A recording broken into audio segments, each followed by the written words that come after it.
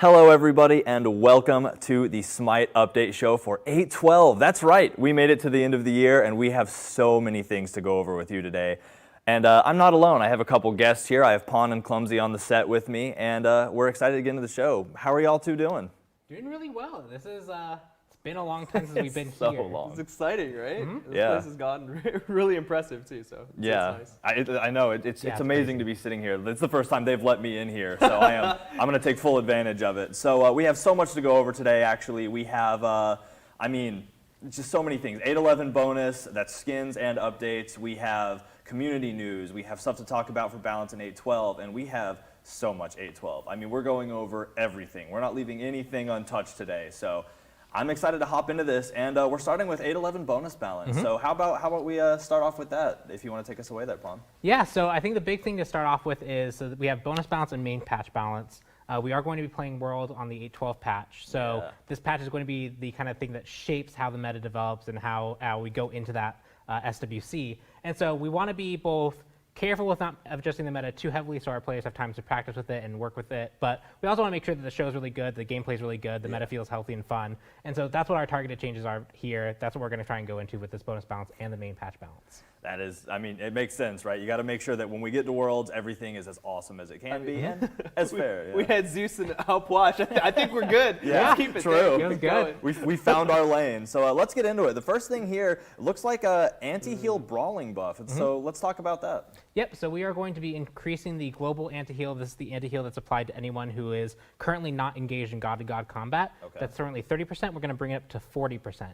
The goal here is we're seeing a lot of healers and a lot of self-sustain kind of come into the meta. Rather than nerfing them directly, because we think that their overall in-combat healing still feels really good, just their out-of-combat healing feels too high, we're going to be taking that down by increasing the anti-heal globally. Okay. So this should be a pretty direct hit to some of the characters we're seeing. Hel, we're seeing hits to Aphrodite as well, Yamoja, as well as characters that are being picked right now to counter that if they're not necessarily as in demand, like Odin, who has a very high ban rate when those characters are trying to be played. So we think this is going to overall impact a lot of the top current ban picks. Yeah, that makes sense too. You know, always feels weird getting out of a fight and you turn around and you're like, why do they all have their health? Yep.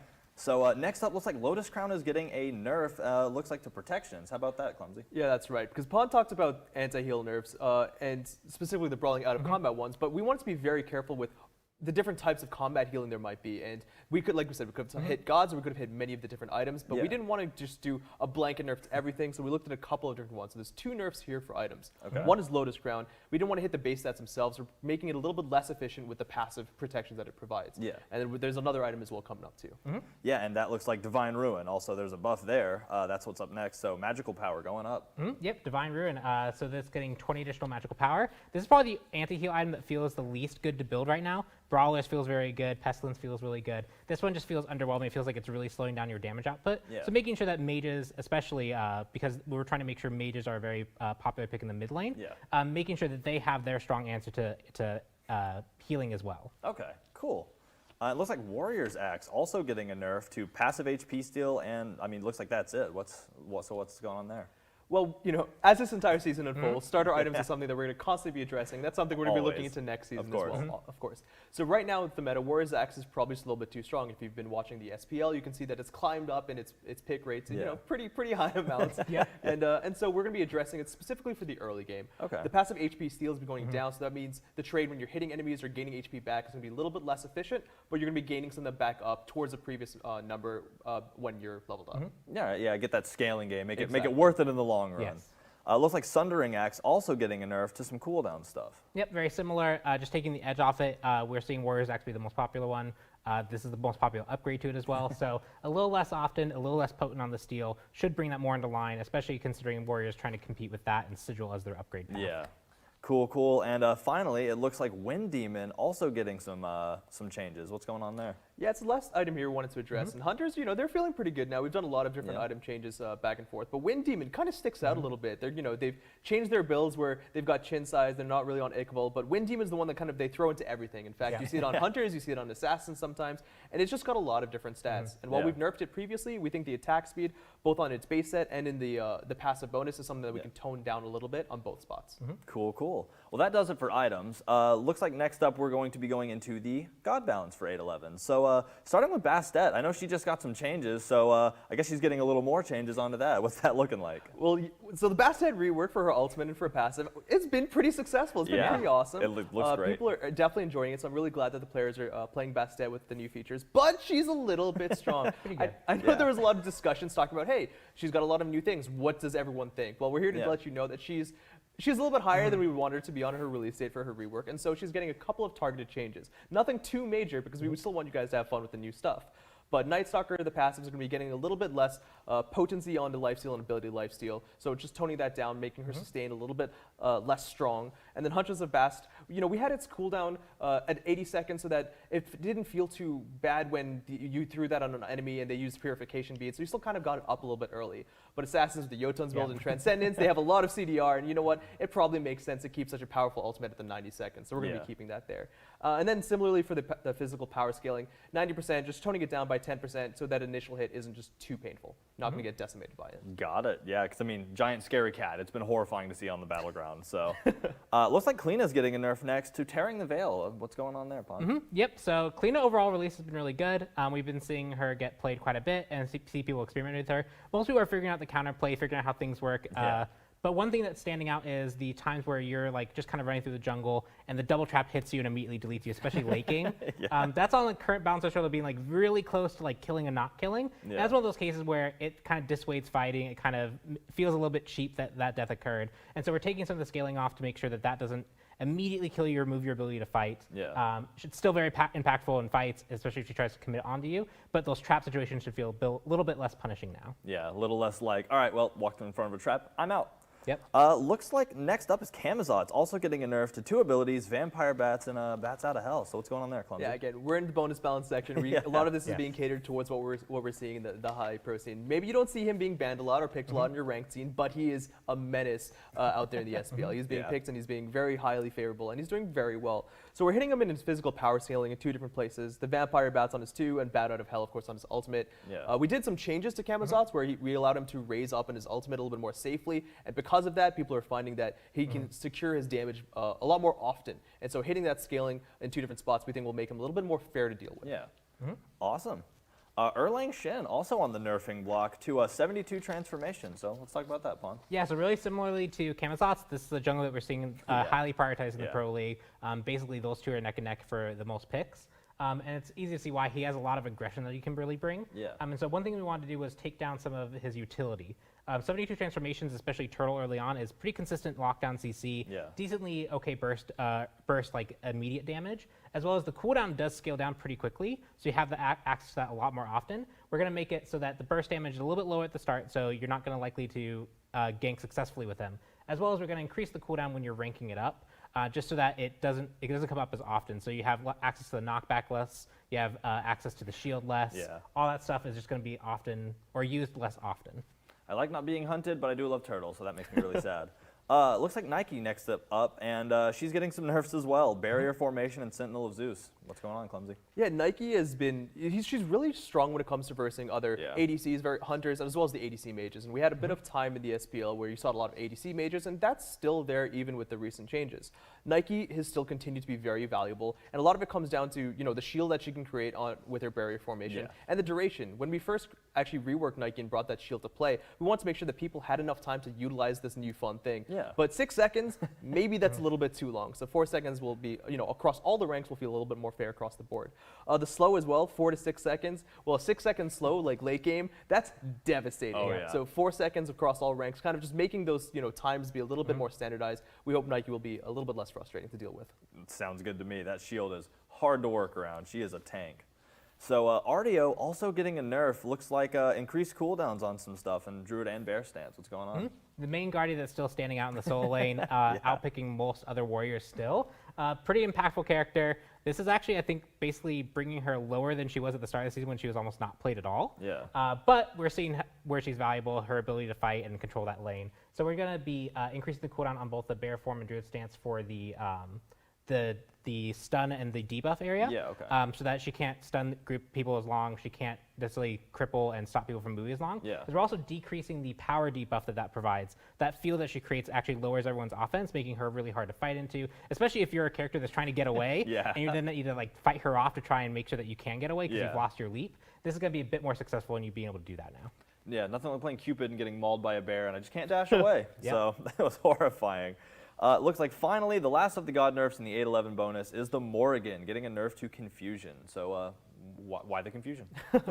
Well, Morgan's always one of those gods where she's either really strong or you don't really see too much play. But in the SPL, the pro players will always utilize her to her best extent. I mean, Yeah.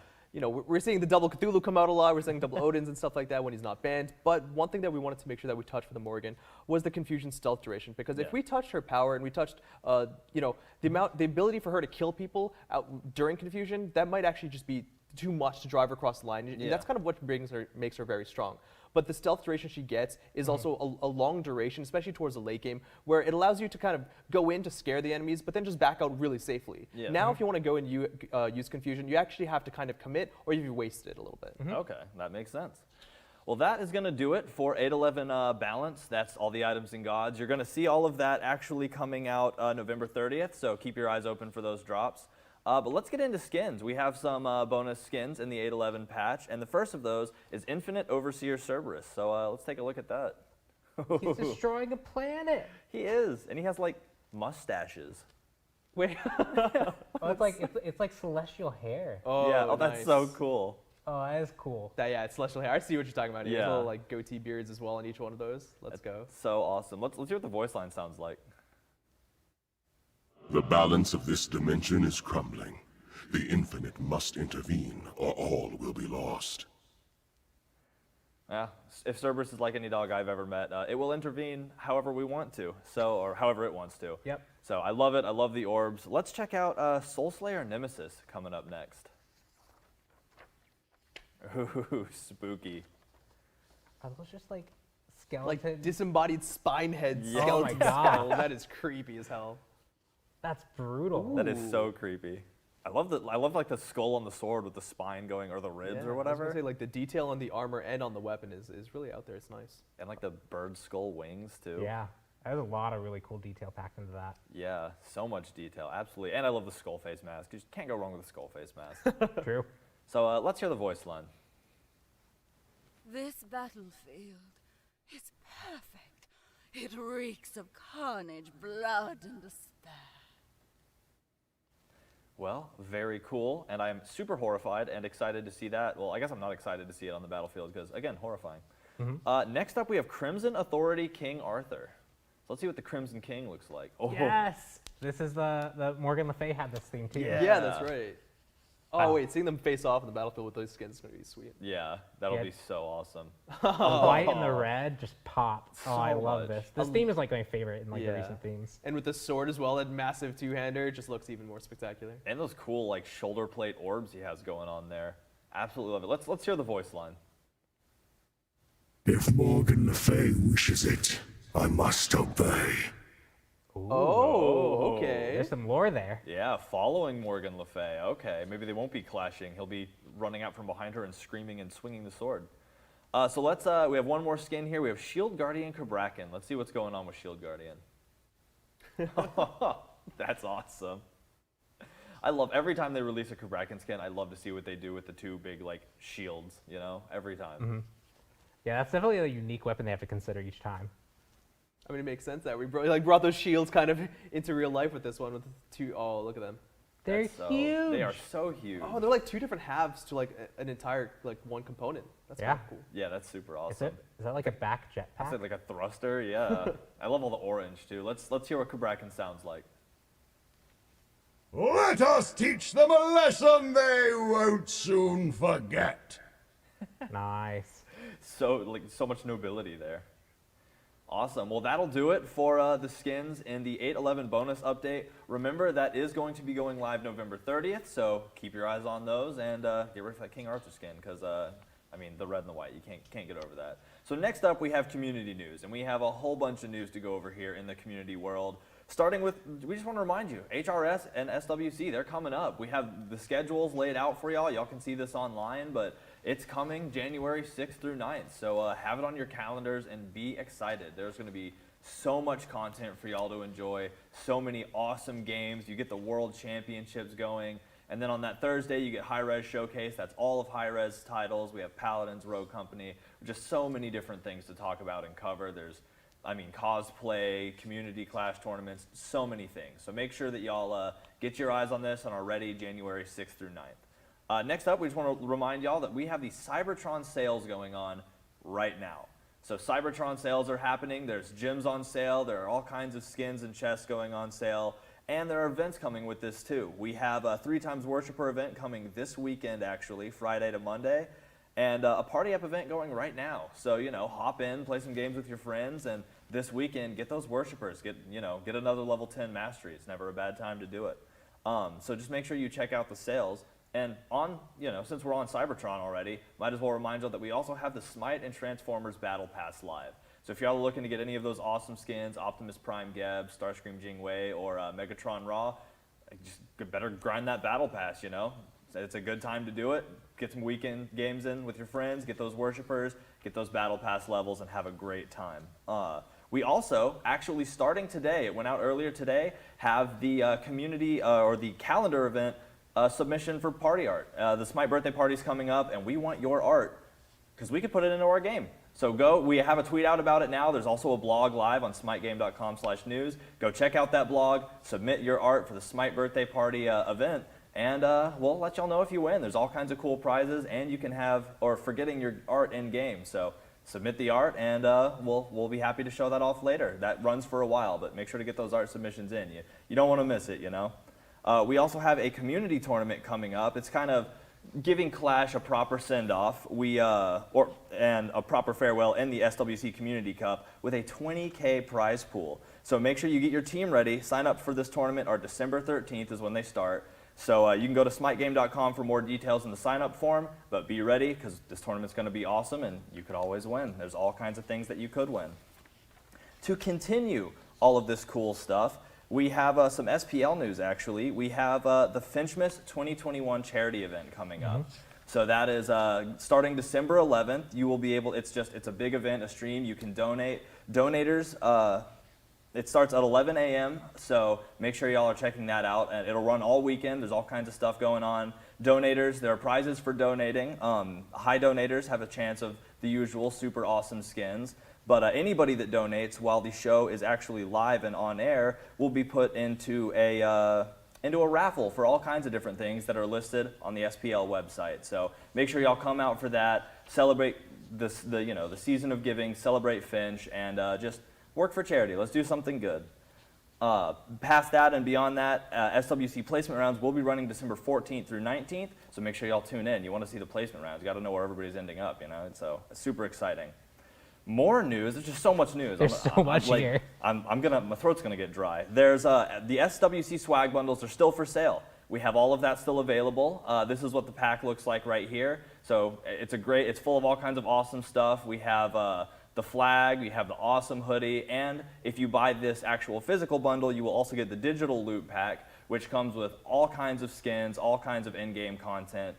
So make sure you get that pack. And if you just want the in-game content, the SWC digital loot pack is available in-game for gems, but you get all of that and these awesome physical items. You might as well just buy it. The hoodie's so awesome. I bought one already. So past that, the final bit of news we have is Retro Raphael is the current Prime Gaming skin. You can actually still claim that right now, and make sure y'all get out there and do it. It's an awesome skin. It looks super good in-game, and it's not going to last forever. So make sure y'all claim that while you get the chance. And next up on January 6th, the next Prime Gaming skin is Wield Thor Nemesis. So again, that will be coming out on January 6th. And if you want to rock as hard as she's rocking right there, make sure that you're watching and make sure you have Prime Gaming ready to click claim on January 6th. Whew, that's community news. That's a wrap on that. So nice that job. Was so much. Thank you. I know, I only started like a little bit, right? So that was super cool, super excited to get through all that. So now we're moving on to some 812 stuff. There are some quality of life changes coming with 8.12, but those are all in the patch notes. There's so many things in quality of life that y'all just check the patch notes. Those will be coming out. Oh, those are out for y'all to see now, I guess. So make sure you get in there and read all about those. There are just so many things that we figured it'd be better for y'all to read about. So check those out. But from there, we're moving to some map changes. So Corrupted Arena, still going to be here. Make sure y'all are getting in and getting those games in Corrupted Arena. But SWC is also having, or the SWC is having impact on the map. The winter map is going to be all SWC'd up. I heard they got the trophy in there. They have, well, here, we get to see it in game, actually. Let's check it out. Oh, sweet. Absolutely beautiful.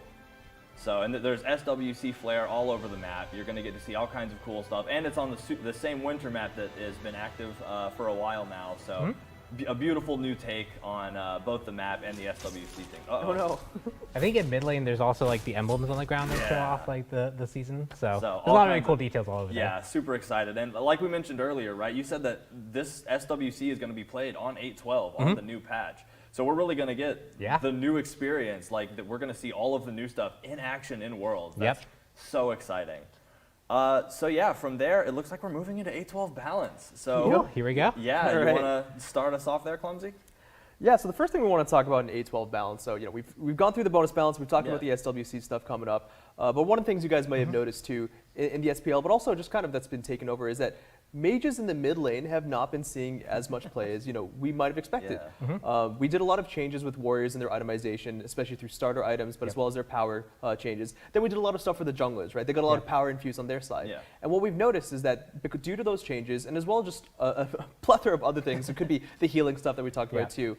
Mid lane mages, the traditional mages that you might have expected, are not really seeing, you're not seeing them as much as we used to. So we're doing a couple of different item changes right now, and we'll go through all of them.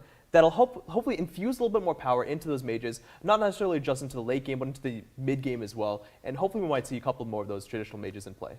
Cool, I'd be excited to see that. Well, let's start off with the first item here on the list. It's actually the Tier 2 Enchanted Spear getting a magical power increase. So, I mean, you kind of explained that. Let's get into the details. Yeah, so Enchanted Spear is the Tier 2, but that's kind of going to be coupled with Spear of Desolation as the Tier 3.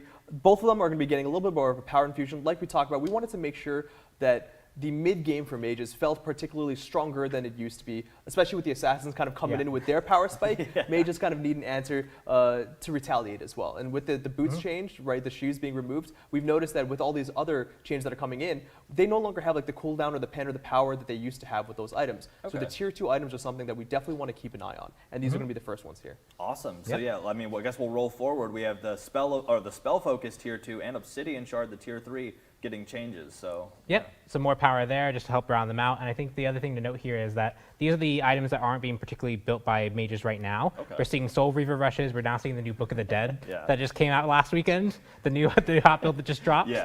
And we'll have some notes from that later, but we want to try and just infuse power where we're not seeing too much being built right now to make sure that those build paths are bolstered in addition to the Soul Reaver builds, in addition to the Book of the Dead builds. Yeah, not really closing any doors, just hoping to open a whole bunch of new ones. Awesome. So next up, it looks like Book of Souls and Book of the Dead also kind of getting a nerf. So Book of the Souls is another Tier 2 where we thought we were going to get a power infusion. We wanted to incorporate it there, so that's going to be helping with those other items. But Book of the Dead, as we want to address, maybe we went a little bit too far with some of their buffs. We immediately saw it again and picked up quite a lot, and we're going to just be toning it down a little bit. We are still happy with the changes we made with Book of the Dead. It's just a little bit too strong, especially in the shield, right, in the defensive side of the nature of the item. So we're going to be bringing the passive shield bonus from 30% to 25% of your maximum mana. Okay, yeah, just taking that 11, turning it right down to a 9 or an 8, hopefully. So awesome. Looks like Eye of the Jungle also getting a buff, actually. Increased HP 5 in jungle. And MP5, right? Yep, and so this is mostly for the jungle builds that aren't currently going towards Eye. We're seeing a lot of Bumbas, we're seeing occasional mannequins. Eye of the Jungle is kind of being passed over, and one thing that we wanted to do was make sure that its regen felt similar enough to Bumbas, because right now I think people feel a little bit mana starved when they go this item. So this will help round that out, give you a bit more mana to play with, give you a bit more health to play with, as well as we're going to be buffing the Protector of the Jungle, the upgrade towards it. We did a lot of nerfs to it before when it was really dominant, and we're just going to bring back the offensive capability of it. So we're increasing that attack speed from 25 to 35%. Okay, cool. Sounds good. I'll always love more fun in the jungle, even though assassins scare me. Finally, speaking of the jungle, Protector of the Jungle getting increased attack speed, which, you already went over. So that actually runs our items for us. We have gods, though, and we have gods coming right now in 8.12.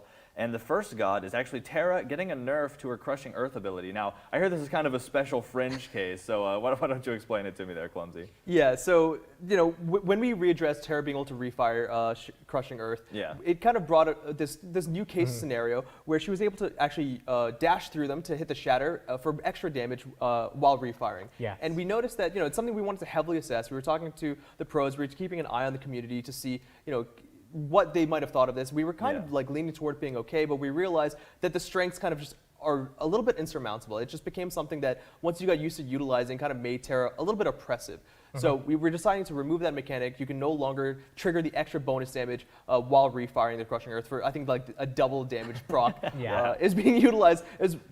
Wasn't the only reason why she's being favored in the SPL, but it was heavily deciding that. We didn't want such a fringe case to be something that made her shine. Yeah. Especially one that isn't as intuitively understandable as other situations where this almost to some players felt a little bit like a bug. Yeah. And so making sure that things feel consistent and straightforward was also a partial decision for this. Of course, yeah. I know it got a ton of talk, so that was an interesting thing. Bellona up next, getting a buff herself to Scourge. So what's going on? A warrior that we just really haven't seen in a while. One thing is we thought there's going to be some itemization help over the year to help address that, especially with like Death's Toll. Kind of expected that cleave heal to help you box and stay in the lane. We never really saw that pan out. Other characters like Osiris found different build paths to kind of be more prevalent. Bellona just overall has one problem that's a little bit difficult to overcome for her, which is if she's fighting into someone that can interrupt bludgeon, she has a really hard time. And so we wanted to give her a little bit more of an option in those situations to get some more base damage out, some more poke. So we're going to be actually increasing Scourge's base damage. So instead of going from 80 to 220, it'll go 90 to 250. So in situations where you're not really going to be able to get your bludgeon, you have now access to a higher base damage tool to help you get through the laning phase with. Yeah, help you trade in those pokes and just make sure that you're not losing every transaction. So sounds good. Ganesha also getting a buff to Ohm. Yeah, this one's really small, and there's a lot more characters coming in into the meta, especially Geb, for example, with his shockwave, really easily interrupting Ganesha. But at the end of the day, he's levitating. It just kind of makes sense. Yeah. So very fair. Sounds good. Vamana up next, getting a buff to Sleeping Giant. There's a whole lot of stuff going on. So what's up with that, Clumsy? So for Vamana, we wanted to have a look at where we could address him, but we also know that we didn't want to give him too much power. He's got a lot of interesting things going on with this kit, and sure, that's something we can definitely look at in the future for maybe some enhancements or something that something else. But I thought we thought he's really restricted in his item path. You kind of want Frostbound, you kind of want Hasten Katana, but now if we utilize the passive to convert some of his protections to attack speed, well, that kind of just helps build into what he already wants. He's getting the power, he's getting the attack speed, and that should hopefully round him out a little bit more. Cool. So I doubled up on Clumsy there, because next up, Ratatosker's getting a buff. That's true. Pawn can take so this one. much. All you, Pawn. So Ratatosker, definitely an interesting character. We saw him actually see some play. One thing that's unique about him is all the different acorns that he can have, and addressing any of them is going to be a buff to the character overall. Of course. And one thing we noticed is that Ratatosker 1 is just kind of underperforming overall. With any of the acorns, he's underperforming, and some more so or less so than others. And because this is kind of a mandatory item for him, where other characters don't have to build boots anymore, so they can get different tier 3s for their 6 item, he still has to build this. So we want to make sure it's worthwhile. So we're going to be just upping the power on all of these, which will be a buff to Ratatosker as a whole. Overall. We're going to be buffing the one that's the best performing a little bit less than the others. So that's Thistlethorn Acorn. That is the Acorn Blast one. And the hardest one. And we're going to be buffing the one that is underperforming the most, even though it is the most popular, the Bristle Bush Acorn. That is the crit one with the dash. We're going to be buffing that more than the others. So all of them going up. The ones that need it the most are going to be getting the biggest buff. The ones that need it the least are getting the least buff. But overall, just will help round out Ratatosker as a whole. And Pawn mentioned it there as well, because I think this is going to be really interesting. Bristlebush, the one that is the most popular, is the least performing. By like a lot. So keep that in mind. Cool. Well, yeah, that's excited to see more Ratman on the field. Mercury up next. Made you look getting some edits. How about that? Yeah, it's a little bit of a quality of life for Mercury, really. It kind of makes sense, and a lot of gods have these abilities that are, just deployable circles that you're going to fire on the other side of walls. And Mercury is kind of the only reason why it didn't is because he's kind of got this FX animation almost of him going to the location. It would make sense. He's the fastest man. He's kind of going there really quickly. Well, now he's kind of doing it even faster. He's going. He's phasing through the walls to be able to use this on walls. He's learned some new skills to keep up on the battlefield. Awesome. And yeah, I'm sure that'll be nice to be able to cast over those walls too. Get some pick kills or something. Neath up next, getting a buff to Broken Weave and Unravel. Unravel. So how about it? Just a hunter that we're seeing some limited play, but one that is just kind of underperforming overall across the board. Want to make sure that her unique aspect in Unravel is a bit more impactful and you can rely on it a bit more. So that's the extended duration, as well as just Unravel, getting the extra base damage as the kind of more ability hunter, making it feel good to cast, especially in late game fights where it's kind of a DPS loss to to not be firing basic attacks. Making sure that this is closer to being more powerful to compete with that. Got it. I know Titan Cupcake is gonna love that. So that one's for you. So Jing Wei up next, and look, there's just so many things going on with Jing Wei. That's a whole list. I mean, Clumsy, dive right in. Yeah, I mean, it's mostly we're talking about explosive bolts. We've got this meta where hunters are generally a little bit safer, and Jing Wei you would have thought would be the forefront as one of the hunters that can do that the best. Yeah. But we're not really seeing her shine that much, and we want to make sure to hit in a few places, mostly explosive bolts where by increasing the power scaling, it means you don't need to just rely on the crit chance kind of coming in. So even though you may not have your items on board, it still feels like this ability is going to be impactful. And so that's why we're addressing it there. And then for Persistent Gust and Airstrike, it's just mana cost decreased across the board. Yes, she has her passive, which allows her to go back to base and come back pretty quickly, but it shouldn't feel like you're forced as a Jing Wei player to make use of that all the time. Or giving her mana cost that other hunters may already have at a lower amount. So now it's a little bit more of a +1 on that passive. Cool. Yeah, and I mean, although it does always feel nice flying back to lane. You kind of see everything, be like, oh, I'm about to get ganked. I better. Yeah, exactly. Oh, sidetrack. Yeah. So it looks like the final god getting changes in the 812 is Medusa, with Acid Spray and Lacerate both getting changed. So. Yeah, this one's really interesting. This is just kind of a change of pace for the character. Lacerate in particular is one of those abilities that feels very aggressive to use when you dash through a wave the first time. You expect it to hit and it just doesn't, and then it stops on gods. We're going to actually make it so now when you actually dash through the wave, it's going to damage the wave. You can use it as a clear tool, especially if you're just trying to quickly back out of lane, you're going to go back to base. No one's coming to gank you. You can use your dash to be aggressive that way. But we're also going to be changing where the anti-heal that she provides is. Currently it's on Lacerate, it's on that single target, which makes it really hard to use aggressively because you have to commit your dash to be more aggressive with it. And it means that you can only affect one target with it. So that's going to be removed from Lacerate and actually added to Acid Spray. So Acid Spray will now apply on initial hit as well as the spray, the anti-heal that Lacerate normally would have applied. So Lacerate can now deal some more damage through wave, and then now Medusa will be able to contribute anti-heal more to her team against the whole enemy team. Yeah, instead of just choosing that one and hoping that it pays off. So awesome, and that actually does it for the bonus balance for 812. So that is coming out December 14th. So be excited, be ready for that. I mean, again, it's going to be the patch that Worlds is played on. So read the notes, make sure y'all know what's going on. That way, when you see all these crazy new ability swaps, we see Mercury show up at SWC, you'll know, like, how did he kill him over the wall? So next up, we have 812 skins. And like I said, these will be coming on December 14th. And the first of these skins is Hollow Halo Pele. So let's check out Pele. Oh, that's so cool. Look at the eyes. Even have like that line of light or like the light eye. That's so awesome. Well, I love how pristine she looks, and then all those gargoyles kind of fear all those demons. So that's sweet. That's really well done. I love wings are neat. I was just about to say I totally agree. And her little side trails as well. They look really cool. Yeah, they're kind of like rainbows almost. Yeah. All right, let's hear the voice lines. Hear what Pele sounds like.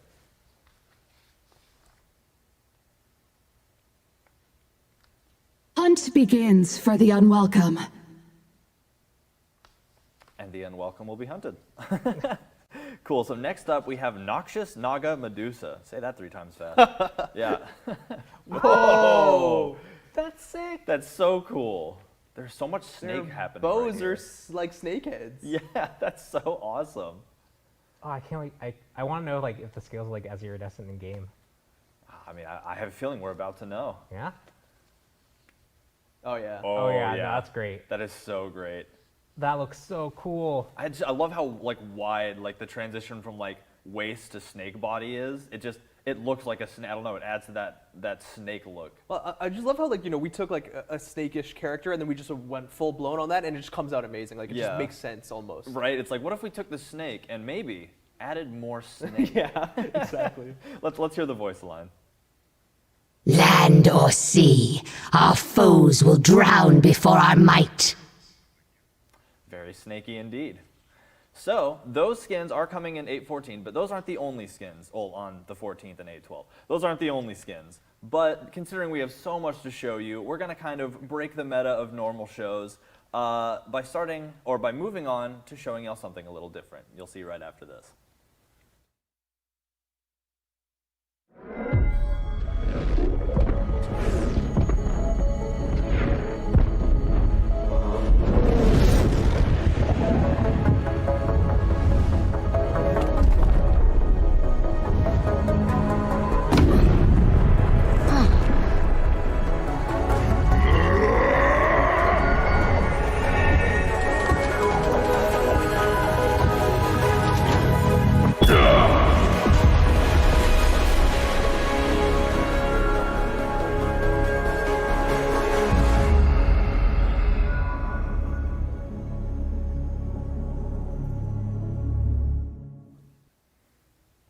That's right, it's Atlas. For any of you who guessed it, you can pat yourself on the back or shake your hand now.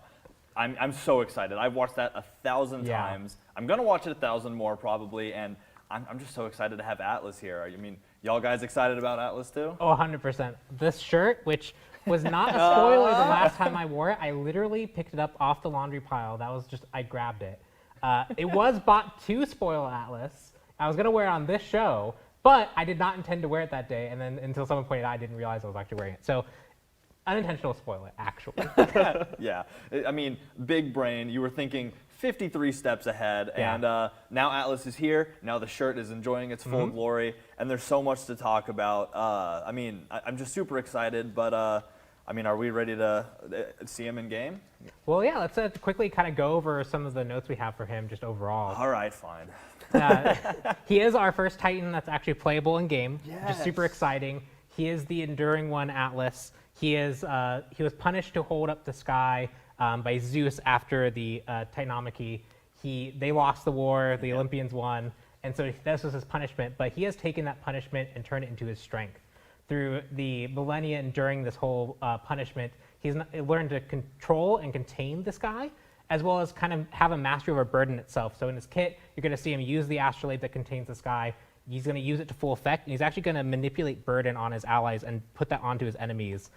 Zeus made a mistake, should not have given him this task, because he has definitely turned it into his strength. Oh yeah, and I mean, just look at him. Look at how much strength he has. Oh. He's also very big. Yeah. He's taller than most gods. He's not obviously the like literally bigger than the map, because that wouldn't work for gameplay reasons. Yeah, but that would be hard. he is very big, and he does actually have, I think, the tallest camera in the game, beating out Yorm.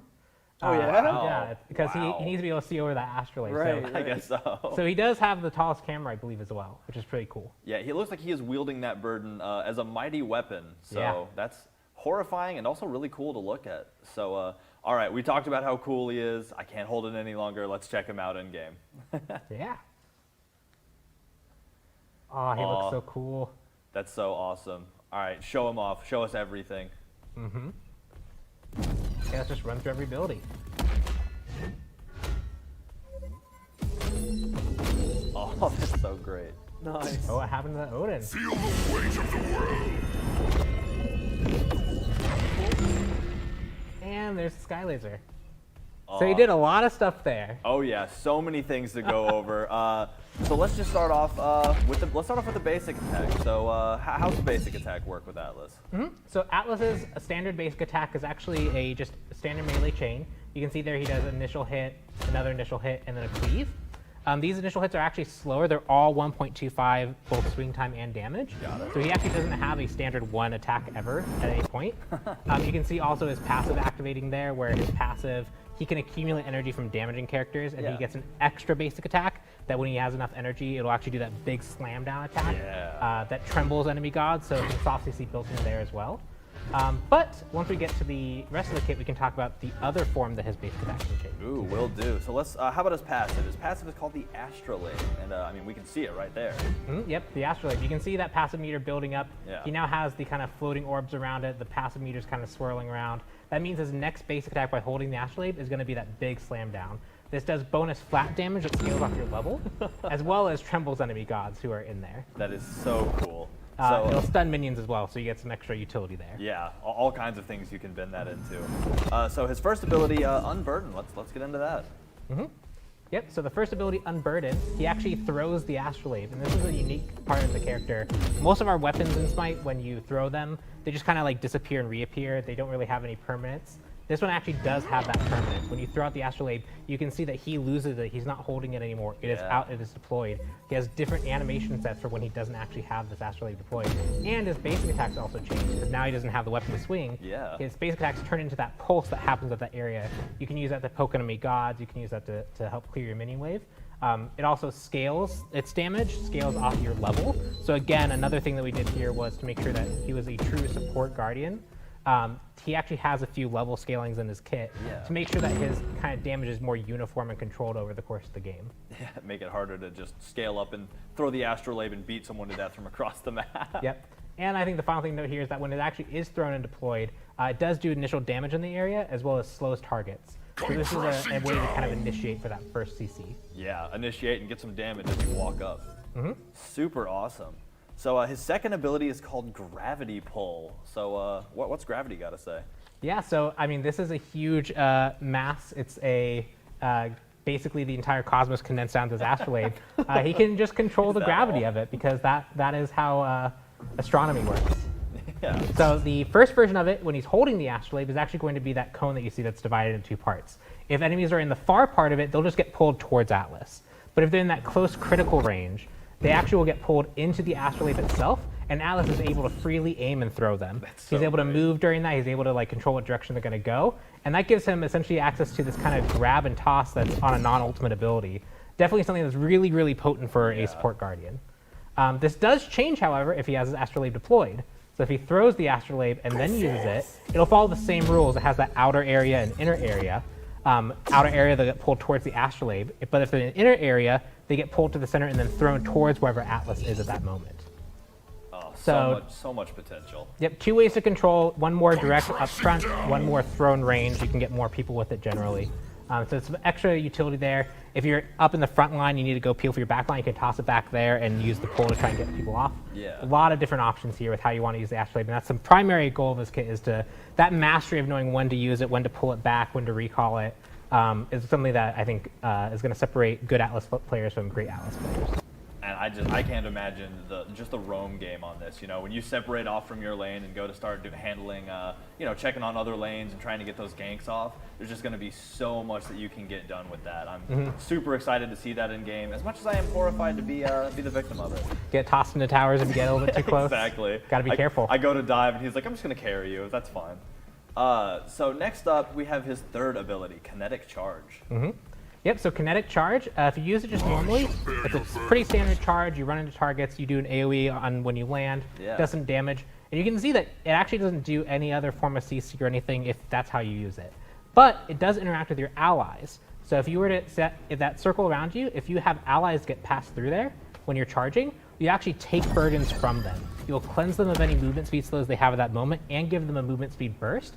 And you'll take those burdens with you. And then if you run into a god at that point, you'll actually dump the burdens onto them.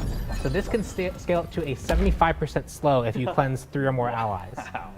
Very potent, really great initiate, especially to get your team to follow you into a fight. Yeah. But you can also use it defensively to make sure that someone's slowed. You can kind of cleanse that slow off and then help them get away. Yeah, another good peel thing. You know, they slow your hunter. You just run past, take that slow away, drop it on their hunter, then turn it down. And this is another thing that we're talking about with making him that kind of true support guardian. Yeah. If you use this maybe like a solo lane or a jungle where it's just coming out from the jungle, you actually don't have access to that slow. You need an ally nearby you to gain access to that form of CC. Yeah, I'm just imagining, like you said, like team fight's about to start, you're standing third in line, you barrel past everybody, get all of that, all of those stacks, hit the first person, it's a slow, the battle has begun. Absolutely wonderful. Now finally, and I mean, we got to see it once, but I feel like there's so much to talk about with the ultimate Gamma Ray Burst. Yep, so he kind of controls the skies and the cosmos. It's kind of his domain. He's learned to control it over the last time. He can call down a gamma ray burst from the sky. You can see there that when he first casts it down, you have that kind of like more translucent beam coming from that sky origin point. This beam itself is more of a radiating beam. It actually doesn't do that much damage, but it does provide a huge protection shred and a power debuff. So you don't want to really be standing in this. If he jumps it on you in the middle of a fight, you're going to be taking a lot more damage from his carries, and a lot more damage from like the jungler, the mage that might want to try and jump on you, as well as you're going to be doing less damage yourself. Yeah. But then at any point during it, or after 5 seconds, you can fire it, and at that point the gamma ray burst focuses and travels across the map. Not fully global, it's about, I want to say it's like 800 or 900 units. You can definitely go from mid lane to dual lane, mid lane to solo lane, but going from like dual lane to solo lane is a little bit of a stretch. Yeah. But definitely a really long range. But at that moment of focus, it does some more damage and immediately applies 3 stacks worth of that protection shred and power debuff. Wow. So if you want to just quick fire it to get some immediate protection shred, you can. If you want to try and get as many stacks as you can and then send it chasing someone down, you can. But you can see there it actually leaves like the burn marks on the ground and it's just a terrifying thing when you hear it coming towards you in the jungle. It's just one of those things that lets him have an extra bit of it's kind of like global threat utility that he can provide. And I mean, I can't imagine, like, you know, so much zone control and objective control because, you know, teams grouped up on almost a Fire Giant, you go throw that down, and all of a sudden Fire Giant's hitting a lot harder and taking a lot less damage. So there's a lot of great potential for just team play and, you know, objective control. And he has some good soft, kind of soft synergies there as well. His passive stacks with every individual hit, so dropping this on a team quickly builds up your passive. Yeah. You can use your 2, either the deployed version or the held version of the AO2. You can use that to keep people inside of it. You can chuck people into the path of the beam. There's a lot of interesting things that you can do, a lot of different ways to kind of combine these skills for maximum effect. Choose what you want to try and prioritize in a fight. If you want to be an aggressive dual laner, you can kind of charge forward and try and control the enemy team. If you want to play more defensive, you can keep your abilities kind of close to your chest and use them when you need to peel for someone. A lot of different flexible options here, but we did really try and give him the tools that he needs to be a successful, true support guardian. Yeah, and I mean, I know I'm excited to see it. Guardians are probably one of my most frequently played characters, and I love having a kit with so much diversity, so many different ways you can utilize the abilities to either be offensive or defensive. So excited to be able to try this out myself. So I want to give a big shout out too to the programming team, the tech art team, the animation team. This character, because he can either be holding or not holding the astrolabe, that immediately almost doubles a lot of the animations required for the character and a lot of the interactions. What happens when he has that out and another animation plays and he recalls it, how should those animations interact? The team did a huge amount of work to make sure that the astrolabe felt really heavy and really something that was burdening him. But when he had that out, his animations changed in a way that felt really good. So, I mean, I think the team did an incredible job. Oh, and I can see it. And I got to talk to some of the animators myself about it, and I mean, they said exactly what you said. You know, it was a wild challenge designing a god that essentially had 2 entirely different sets of animations for, do I have the astrolabe, do I not have the astrolabe? So it's just, I mean, like with every god that comes out, there's new challenges, there's new obstacles to overcome, and new fun things we can discover that we can do in the game. And I think Atlas displays a lot of those really well. So super exciting. And final god of the season. Yeah, we got final there. god of the season. It's every time somebody says that, I'm just blown away that it's already, you know, the end of the year. We're already getting to 8/12. I was just getting started. What happened? Oh, right? Well, so that's Atlas. He is going to come out with obviously the normal cosmetics. He's going to have Cosmic Carrier Atlas when he comes out, so you'll be able to get that too. And it's a nice red recolor, and the actual astrolabe gets like a nice red glow on it. It's really cool. Yeah, it looks Guys so getting good. torn apart and like flung around in that card. That was awesome. I mean, you know how much gravity is in that thing? Yeah, it's devastating. Yeah, he just threw like 4 Odins, so. Yeah, I love that red glow, and like, I mean, we saw some red earlier we were in love with. I absolutely love it. There's also Ascended Atlas, so you'll be able to get that. Ooh. And that green. Green and blue, I don't know, they're so complementary to each other.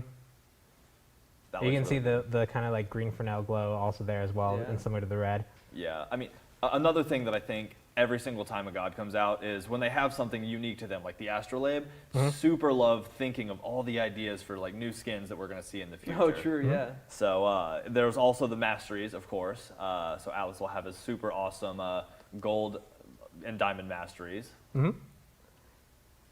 Oh my gosh. You were talking about dudes All getting, these card arts are just so I just love how phenomenal. giant he is in every single one. He's just huge. it's absolutely massive. Nice. Yeah. Just the gold. Yeah, the diamond one I know is really sick too. I really will look at that one earlier. Yeah. Ooh, black and gold. I think all the color schemes just look really good on him. They do, and I mean the astrolabe just pops so much in all of these color schemes. And there's the diamond one. Yeah. Nice. I am horrified for Lermy to get that. So super excited there, and we can hear the voice line if y'all want. Let's do that. Yeah. I control the heavens above. I wield their strength, and I will use this strength to bring forth a better future. On the voice session with recording this, it was just so good. The guy's voice was just on point. Yeah. Really, I think captured Atlas as like this really strong, imposing force, but he's not so aggressive, and he's more angry at people who have punished him in the past. Yeah. He's not necessarily like mean or evil-spirited hateful, in nature, yeah. He's just there to try and bring forth a better future. Yeah, he walks this line between like not exactly brutish, because he has that strong voice, but like wise, you know. He has that like deep, caring wisdom in his voice that like can be hidden behind some brutishness. But I mean, he's carried the galaxy for like a millennia, so. Yeah, and a lot of mathematics and philosophy are associated with him. The idea of him being this enduring spirit, so a lot of positive aspects towards him. So we want to make sure he incorporate that into his personality. Yeah, well, that is super cool. Atlas will be releasing with the 8.12 update, and we're just so excited for y'all to see him. So that'll wrap up the Atlas area. Next up, we have some more 8.12 skins because we're not done yet. We still have plenty of things to go over, but you know, that'll come up after this. I am Optimus Prime. Let's roll out.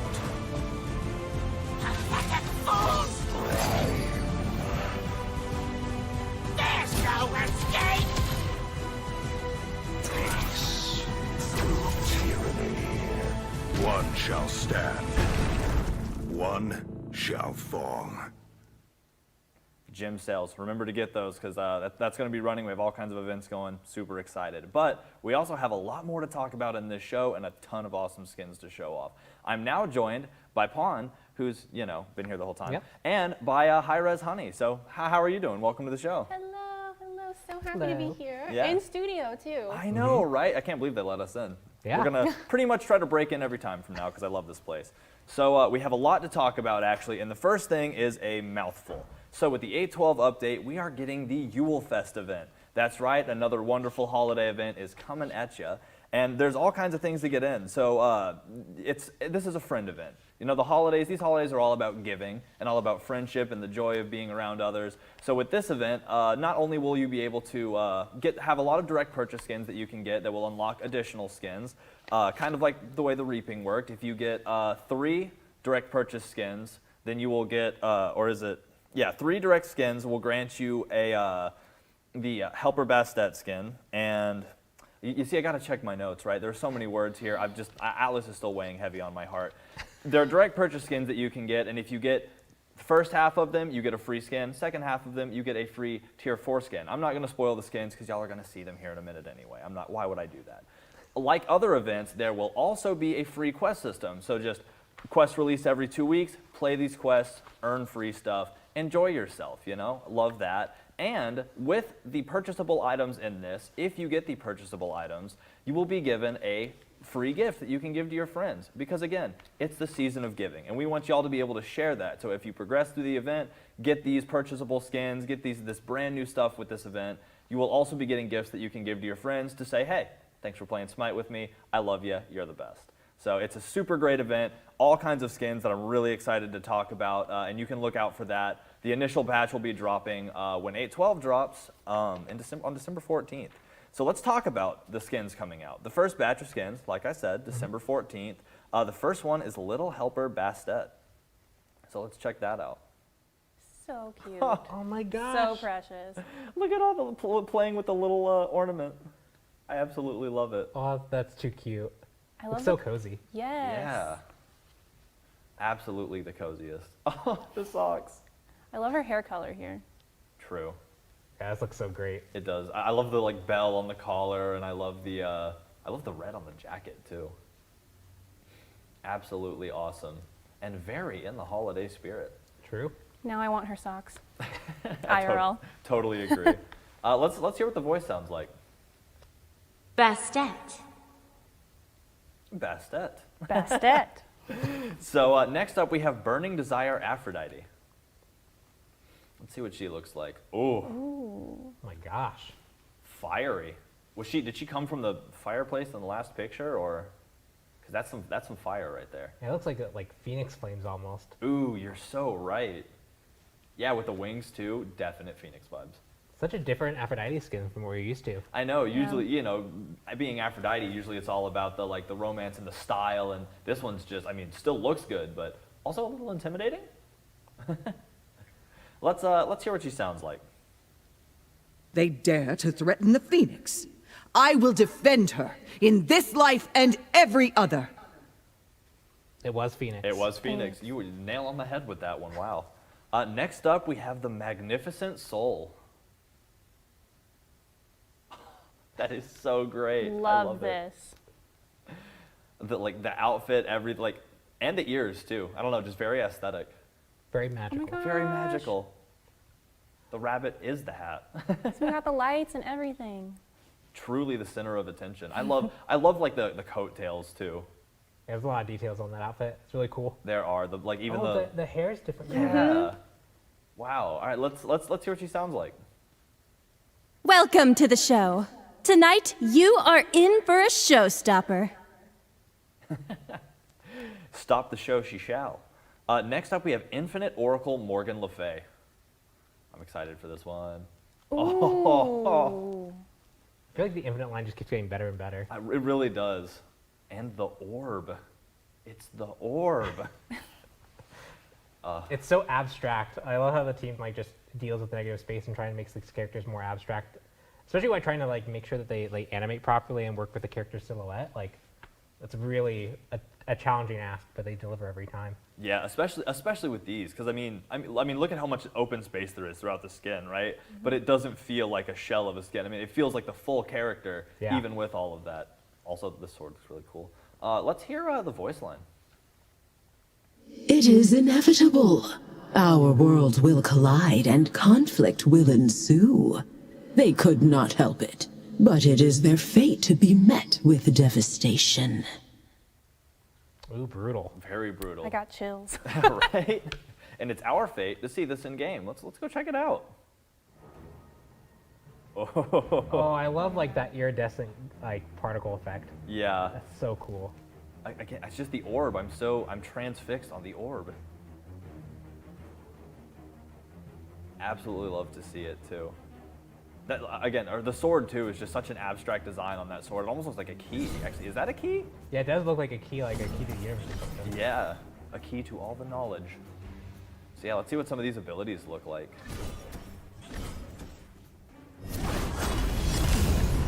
Oh.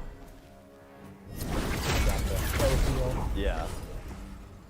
Taste the wicked blade. Oh, Infinite dragon. yeah, there's like so much color. Embrace the burning shroud. That's one thing I love about Face the wrath of a sorceress It's like a scorned. rainbow of colors. You're looking into On the back piece is like it's like I don't know the word for it. It's like it's showing all the different orbs, like, all different planets. Oh, That's yeah. really neat. You can really see the passive effects too on the key, I guess. The sword. Power is for those Yeah, that there can they are. take Yeah. it. Wow, that's awesome. Yeah, it's like a prism, man. Just all the different light. And the effects team killed it. Super cool. Well, next up. Oh wait, let's check out the VXG here. What is that? She's so bright. It's like a whole prism. I mean, yeah, it's like I don't know what to call that.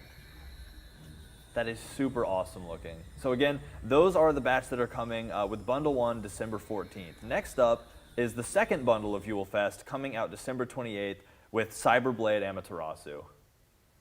Oh, she's in danger, or she is the danger. I can't tell. I like the claw hands.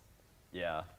Ooh, look at her floating head, I guess? Yeah, it's not a mirror anymore. Yeah, not a mirror anymore for sure.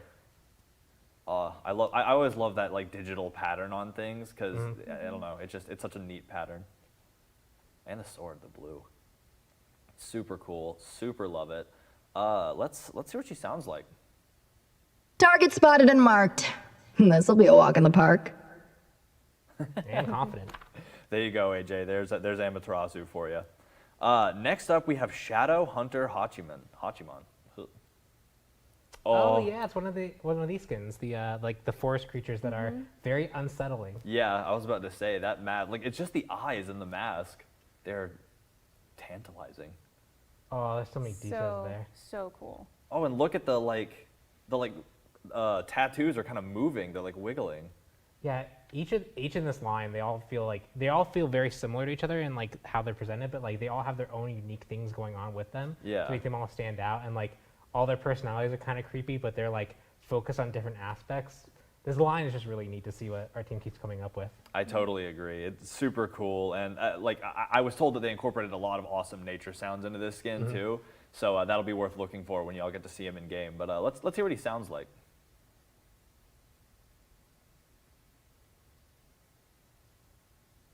Only be a good omen.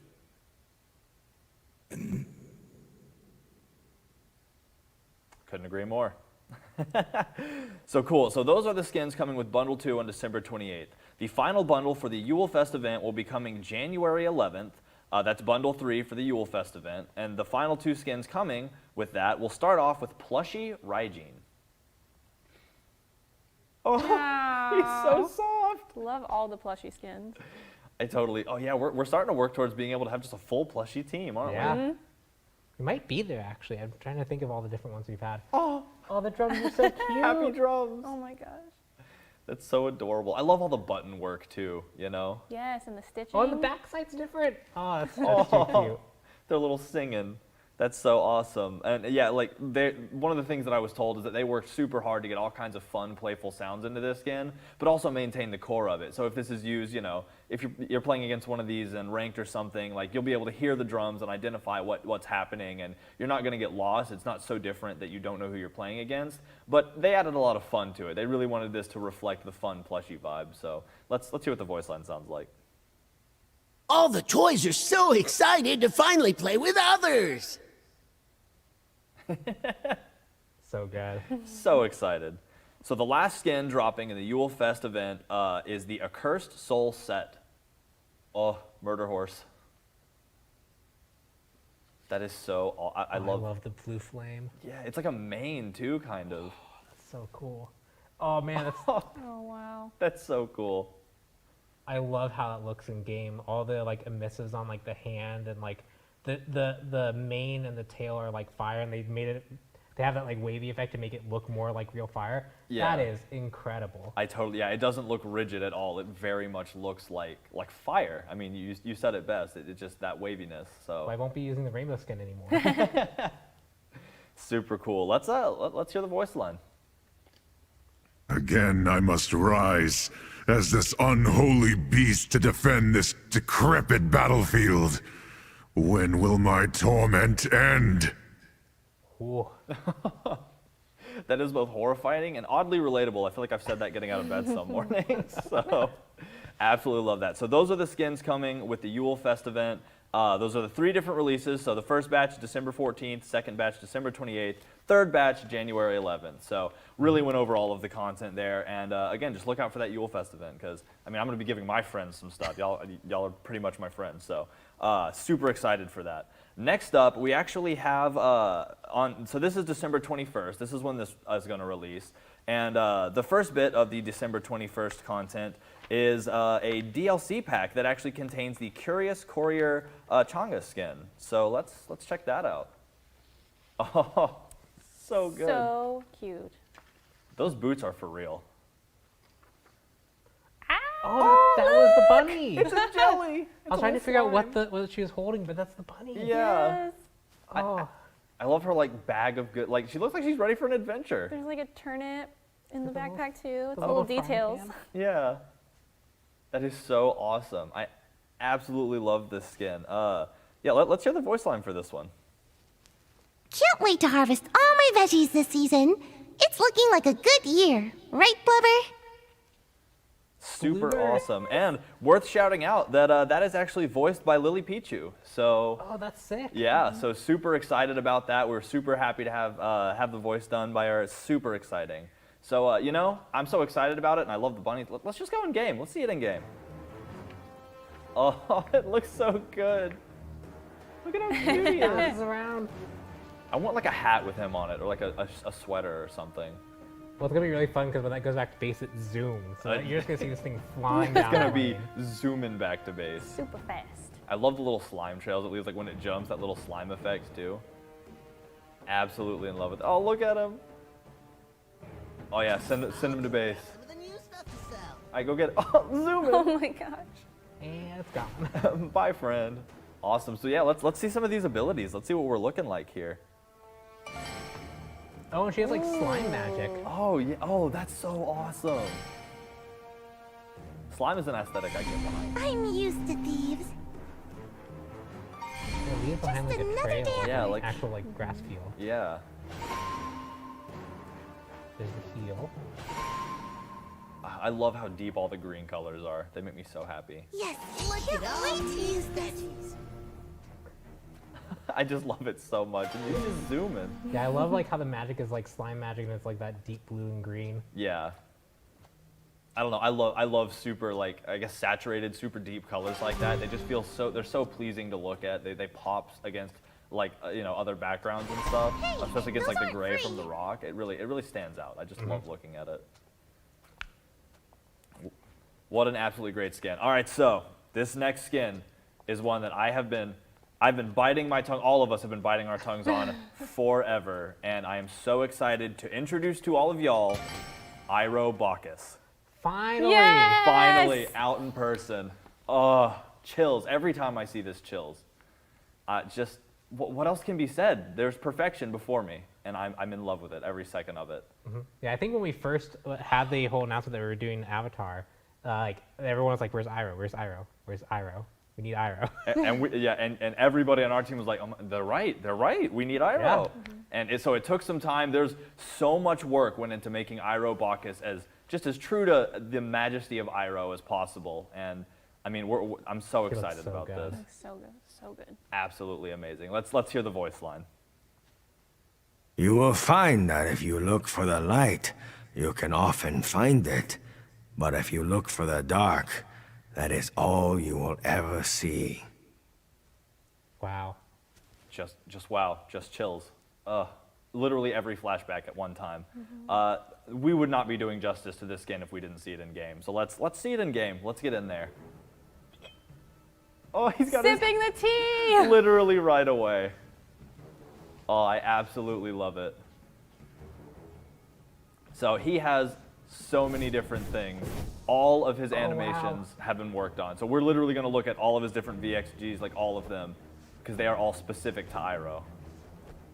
And you'll notice too, this is the dance. This is actually like the dragon dance. So it's very true to the show.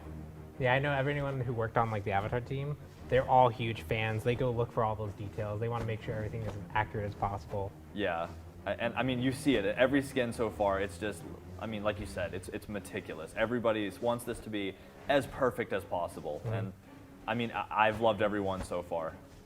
So yeah, literally all of them. Let's see, dance, furious, wave, clap, laugh, taunt, joke, all of them, because there's oh, that's fun. There are animations specific to Iroh for all of them. The big smile. The full belly laugh. Yeah, that deep belly laugh. Yes. Whatever you do to that spirit, I will unleash on you tenfold. Let it go now. That's the quote from when they were at the North Pole in the hidden spring. Pride is not the opposite of shame, but its source. I love how he catches the lightning and redirects it. He doesn't use it. Yeah. The classic from the show. The stomach is the source of energy in your body. It is called the Sea of Chi. Only in my case, it is more like a vast ocean. Even the direct quotes from the show. This skin is just so much beauty, so much effort went into this. And, oh, so cool. So I think that's the VXG? Yeah. Nice. Absolutely. I love that. Yeah. So let's get into the abilities though. Even the abilities have all been reworked to fit Iroh. You know, obviously Bacchus and Iroh have a lot of differences. So when he does his drink, it's tea. He's drinking his tea and getting energy from the tea. Nice. So you can see we even added the little teacup and everything. That's the leap? Yeah, that is so awesome. It's like a firebending kick. Oh my god. Really showing off his mastery of firebending. That animation is so cool. Like he said in the show, that's why they call him the Dragon of the West, because he can breathe mad fire. They even replaced the auto attack to to make up for not having that club. The range is made up by the firebending moves. Here I come. This will not be a pleasant fire experience. lightning. The lightning is sort of being like power stimmed. Yeah. Oh, that's so good. So good. Bioden's. Right? Absolutely scared away. I don't want to fight Iroh anymore. I mean, I wouldn't either. Absolutely glorious. I'm so excited for this skin. So when this skin comes out, it's going to be a direct purchase skin, so very similar to when Azula was released. The big old smile. When he comes out, make sure to pick him up. You'll be able to complete a full 5-person avatar team, and I mean, it's Iroh. Yeah, how could you not absolutely love Iroh? I have been so excited since I learned that this was happening, and I'm so happy to share it with y'all. Again, this is part of the content that is going to be released on December 21st, so just look out for it. I am literally waiting on bated breath to get my hands on this. So, all right, we're gonna have to say goodbye to Iroh now. On December 28th is when we're going to get another content release. And the first of the content we're going over on December 28th is from the Stingpunk chest, and it's Stingpunk Amuse Cobb. I love it so much. Oh my gosh. I don't even know what to start saying about that. Right? The skull, the shutter shades. The shutter shades, that's what gets it for me. Yeah. Yeah, I could not agree more. I mean, what a what a perfect blend of the punk aesthetic with the kind of vaporwave color scheme. Yeah, I think that's exactly what it is. I love the vaporwave color scheme, so those wings are doing it for me. Oh my gosh. Also, I just love that card art, the very high detailed skull. Yeah, it's super great looking. Let's hear what our Stingpunk friend sounds like. Let the games begin. Oh, it's got that morphed voice. Yeah, and in case y'all are wondering, I'm not saying Steam, it's Stingpunk. I feel like that's hard to say, but it's B-Punk, so super love it. The next one in the December 28th release is from the Dark Void chest, and that's Void Sorceress Yamoja. Ooh. She looks like she's in charge. I don't know where she is, but she's in charge of wherever she is. I'm so excited to play her with this skin. It looks so good. Yeah, I love how she's also infusing the water with I guess void corruption. Yeah. You can see a lot more of it here. Mm-hmm. Yeah, look at her floating skulls too. Oh, it's really different from any skin we have for her. It really, yeah. Usually she's kind of a warming presence, or at least I mean, I guess the hacker one and the biohazard not as much, but either way, this definitely takes it a new direction. Let's hear what she sounds like. Oh, ancient ones, I beseech you to guide me to a glorious victory for the abyss. Ooh. Yeah, it's just. I feel like the Abyss definitely has a solid fighter in their corner, so yeah. That is absolutely horrifying. So that ends it for December 28th. Next up, the next release will be January 4th. Now, there's only one with this, but that is a very special one. It's the SWC Starlit Hera skin. So, for one thing, I love it. I love all these SWC skins. I love seeing the logo on, oh, I just forgot his name. Argus. Argus. Yes. I'm thinking Argon. I was like, that's not it. But I love that. But there's a lot to talk about with this. So SWC, oh, look at her. Look at her. So great in game. That dress is fantastic. Starlit, no doubt.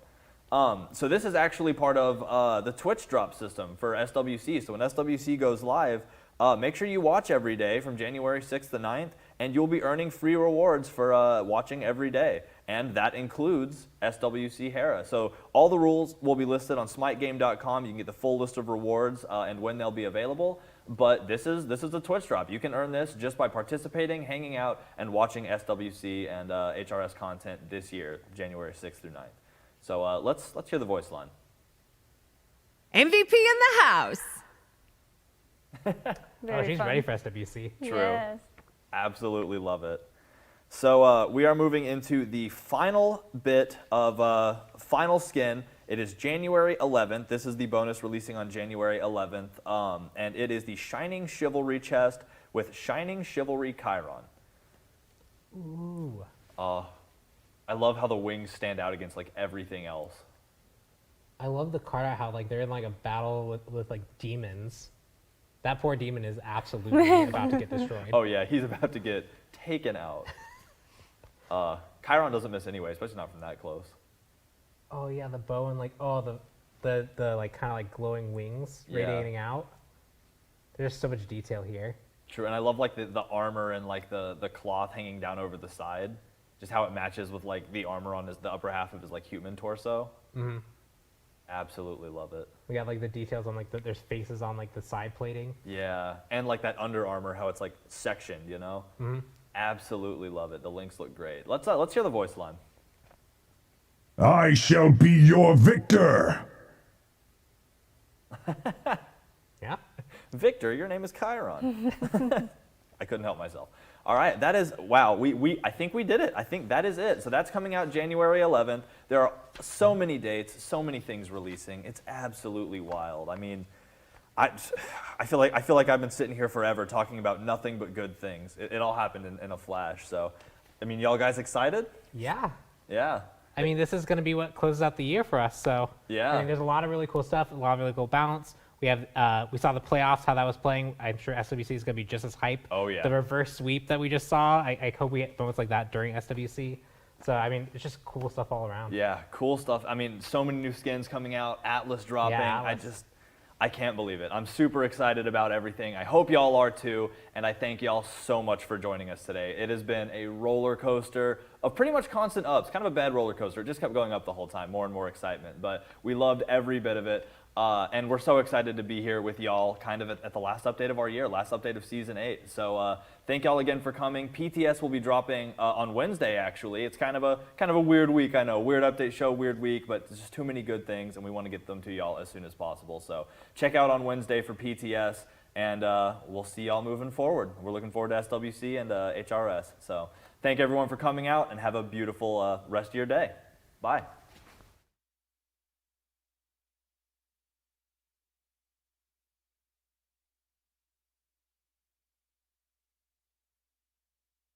You